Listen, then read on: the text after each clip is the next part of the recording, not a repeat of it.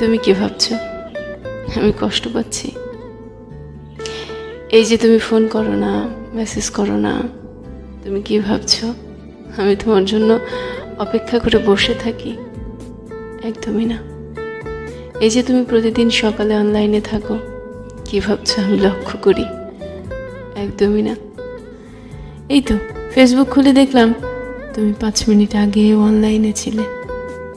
কি ভাবছো এটা দেখে আমি কষ্ট পাচ্ছি? আমার বুকের ভেতরটা দুমড়ে মুচড়ে উঠল। একদমই না। এতে বরং ভালোই হলো, আমি নিশ্চিত হলাম তুমি আমাকে ভুলে গেছো। আমিও আর আশা করব না তুমি কোনো দিন ফিরে আসবে বলে। না, আমাদের বিচ্ছেদ হয়নি, যোগাযোগ বন্ধ হয়ে গেছে মাত্র।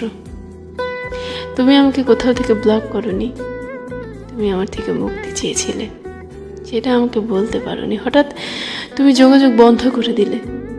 আমি বুঝলাম যে যাবার সে চলেই যাবে, তাই বেঁধে রাখার বৃথা চেষ্টা করিনি। যদি কখনো আমায় মনে পড়ে সেদিন তুমি হয়তো বুঝবে তুমি আমাকে কি পরিমাণ কষ্ট দিয়েছিলে।